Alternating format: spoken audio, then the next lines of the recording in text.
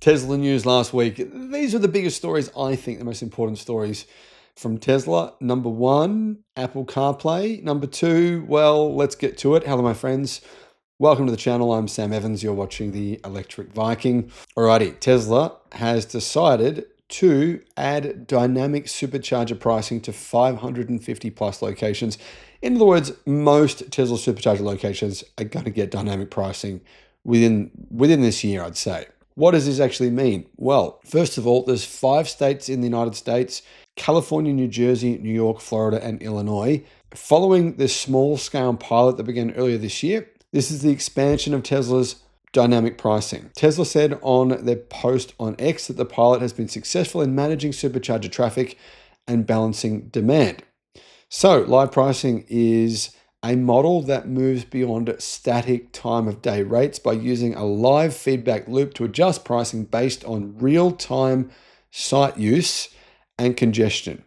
Prices are higher when the supercharger is at capacity, so encouraging people to not take too long, and lower when it's nearly empty. It means if it's nearly empty, it's cheaper and you're going to sit there for longer. This helps move traffic to less busy and cheaper superchargers. Makes a lot of sense. It doesn't mean that Tesla's just charging everyone more money, by the way. A lot of people, their first reaction to a change is a negative response. Oh, Tesla's gouging everyone. It's not actually how this works, right? Tesla's director of charging said this: the pilot has been successful so far, reducing congestion while increasing utilization. We see improved load balancing, especially when there are multiple supercharger sites nearby. So, interestingly, people have been using Tesla superchargers more as a result. And you'd think that would mean that on average, the prices might be a little bit cheaper. Tesla is saying this is a load balancing tool, not a price hike. Average pricing across stations, they say, remains basically the same, and peak prices are unchanged and are often paid by fewer users. This program actually incentivizes drivers to use less congested nearby stations, which helps spread demand across the network more efficiently. So how do you know what price you're going to be paying? Well, Tesla tries to forecast usage using its trip planner and vehicle data, along with incoming demand spikes, helping reduce congestion before it actually occurs. This helps avoid stress by having too many people at a Tesla supercharger station wanting to use the chargers and getting frustrated because they can't use them. Honestly, I think it's a really good idea. All right, number 2, Elon Musk has sent a warning to Bill Gates over his short position in Tesla, which is kind of interesting. Apparently, Bill Gates has held a short position in Tesla for 8 years. Anyway, I don't know if this is 100% correct, but it looks like it is because Bill Gates hasn't responded. Musk sent a final warning to former Microsoft CEO Bill Gates of his short position, which he confirmed he held to Musk directly a couple of years ago. Gates has been a skeptic of Tesla. He said that electric trucks would never work. Bill Gates, I promise you, did say that. Bill Gates said electric semis just were not possible physically. He said engineering-wise they wouldn't work. Anyway, he also admitted that he held a short position. And Musk was super mean to Bill Gates, according to Walter Isaacson's biography, because Gates put $500 million against Tesla shorting the stock, hoping to profit from its failure. But that's when Tesla was a new company. So that really hurt Tesla. A short position means Gates is betting Tesla shares will go down, which would make him a profit. But Tesla shares have gone up this year and increased 150% over the past 5 years. Now, apparently it was revealed that the Gates Foundation dumped 65% of its Microsoft stock for nearly $9 billion. Musk sent this message: dang, Bill is covering his Tesla short. So I don't know if this is actually true. However, he said this: if Musk hasn't closed out the crazy short position he has held against Tesla for 8 years, he had better do so soon. Now, no one actually knows if Gates still has this short position, but if he does, if he's had it for 8 years, then we're talking billions of dollars of losses. So hopefully he doesn't still hold that position. Tesla owners, they have a theory about Apple CarPlay and EV tax credits. So this is the theory. Tesla, of course, is working on integrating Apple CarPlay so you can use it, wireless Apple CarPlay. Not this new CarPlay Pro, which has been criticized by numerous CEOs and executives saying it's shithouse. To be honest, I think Apple CarPlay is kind of clunky and I find it annoying. I personally don't own a Tesla, but when I have driven Teslas, I think the way Tesla's software integration system works is better than Apple CarPlay. I genuinely believe that. And I don't own a Tesla. I've never been paid anything by Tesla. I have no interest whatsoever in benefiting from that statement. I actually just think it works better for a few different reasons. But anyway, there's some theories about why CarPlay is finally on the way. My theory personally, I'm just going to put in my 2 cents, is that Apple has reduced the operating costs for developers. So it's 15% developer fee for the Apple's App Store. And I'm wondering if Apple has potentially also reduced the cost for using CarPlay. So basically Tesla has to pay Apple a fee for you to use CarPlay. And that's one of the reasons why Tesla didn't want to use it. So maybe that fee has gone down. I'm not sure. Some people, though, believe it has something to do with the EV tax credit or the loss of it. Owners are more interested in why Tesla is doing this now because they've been outspoken about not using it. Bloomberg reported that Apple CarPlay will come to Tesla soon, and Rich Stafford has just tweeted this or X'd this. Everyone thinks they need Apple CarPlay. I would think that too if I didn't know how good Tesla's interface was. CarPlay is a crappy layer on top of crappy info navs, and people think it's an imperative because it provides a level of consistency from car to car. They have no clue how much better Tesla is in almost every way, not just software. And I actually agree with that. You know why I agree with that? Because I've tested lots of different cars and Apple CarPlay is intermittent. It sometimes fails to work completely until you restart the car or restart your phone. It jumps out, in and out. It does some weird stuff. And I don't find it to be as good in terms of consistency as Tesla's UI, their operating system. Anyway, some fans said this: what if Tesla is using CarPlay as a counter to losing the $7,500 EV tax credit? Perhaps it's an interesting way to attract customers who have not owned a Tesla before, but are more interested in having a vehicle equipped with CarPlay. So do you guys think that Tesla is doing this because they're trying to increase sales? I don't think it's going to make a big difference, to be honest. I think if Tesla want to increase sales, the biggest thing that I've seen on forums and on Facebook and on social media has people been saying they want a heads-up display or a digital screen right in front of the driver, one or the other. I think most people want a heads-up display. I think if Tesla does want to make a change, that's the easiest way to do it. But of course, to have a heads-up display, you need to change your windscreen. So Tesla would need to change their windscreen. So putting a digital driver's display right in front of the screen would be easy to do. Probably cost Tesla about $100. I think that's the easiest way to do this rather than put in Apple CarPlay. What do you guys think? Let me know. Next, Ron Barron, a famous Tesla investor and very wealthy billionaire, hedge fund owner. He states Tesla and SpaceX are lifetime investments. Now, you can't actually purchase stock in SpaceX. I wish you could. I would have done it years ago.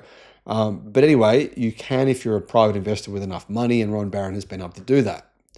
Barron has doubled down on Tesla. He says, speaking on CNBC's Squawk Box, that he is largely unfazed by the market downturn, describing his approach during the sell-off recently as simply looking for opportunities.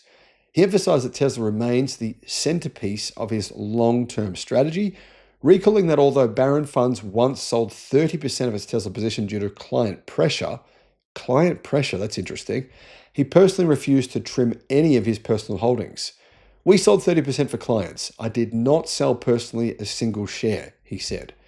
Barron's exposure highlighted this stance, stating that roughly 40% of his personal net worth is invested in Tesla alone. And he has made about $8 billion from Tesla from an investment of $400 million when he started. That's it's quite interesting. You'd think he might go, well, okay, I've made 8 or 9 billion. I'll take my profits and I'm done. But he's not. It's quite intriguing. Tesla, they've updated the referral program and added full self-driving incentives. Tesla's updated its referral program in the United States, adding promotions for trying or buying full self-driving in addition to vehicle purchases. Anyway, people say Tesla thinks the best way to sell someone full self-driving is to actually get them to test it, get them hooked on it, and then they're going to want to keep it. For the first time, new buyers of a Model 3 or Model Y who use a referral link are given a choice that incentivizes purchasing full self-driving, or at least trying it out for free. Option 1, 3 months of free full self-driving. Option 2, a $500 discount off their purchase if they choose to buy full self-driving. This updates the previous referral offering, which just offered Model 3 and Model Y purchases 3 months free of full self-driving. So basically Tesla have added a $500 discount to full self-driving. For buyers of Model S, Model X, or Cybertruck, the referral incentive is the same. Since these vehicles already come with full self-driving, buyers get $1,000 as a discount off the vehicle. So if you refer someone to buy one of those vehicles, they get a $1,000 discount. What do referrers get? They get, when a referrer's code is used for a new Model 3 or Model Y, the referrer will now either receive $500 if the buyer purchases full self-driving, or receive the previous $250 credit reward if they bought the vehicle without full self-driving. So $500 US dollars, if you referred 1,000 people, that's a lot of money. If the buyer chooses a Model S, Model X, or Cybertruck, the referrer only gets a $250 credit. A new addition, though, is that Tesla will now pay owners to get their friends or family members to simply try full self-driving. If someone you know, let's say you've got a YouTube channel, or I don't know, some sort of social media following, if people try full self-driving based on your referral, just try it, don't buy it, you get $15 US. So that's interesting. Tesla now offers free precision camera cleaning via a new vehicle alert. This is an intriguing one. Tesla's begun proactively offering a free appointment to clean the interior windshield housing for its forward-facing cameras, addressing an issue that limits the performance of Autopilot and full self-driving. If your vehicle detects that forward camera visibility is limited because of cleaning that needs to be done inside the camera, a camera visibility limited prompt will appear on your screen with Tesla's latest full self-driving version 14.1.7 update. And what this is about is windshield haze limiting visibility. So this obstruction is typically a hazy film caused by the slow off gassing of plastics and other materials inside your vehicle's cabin.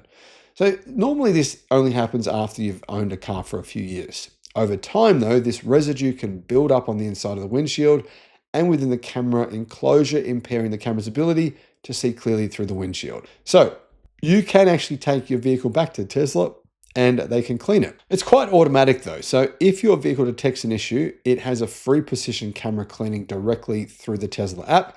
The prompt directs users to go to Service, Outstanding Work, Windshield Camera Area Precision Cleaning.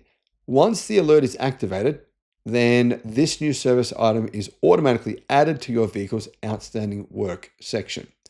You can then schedule the appointment at your local dealer at whenever you like. So it's interesting. Cleaning, how much does it cost?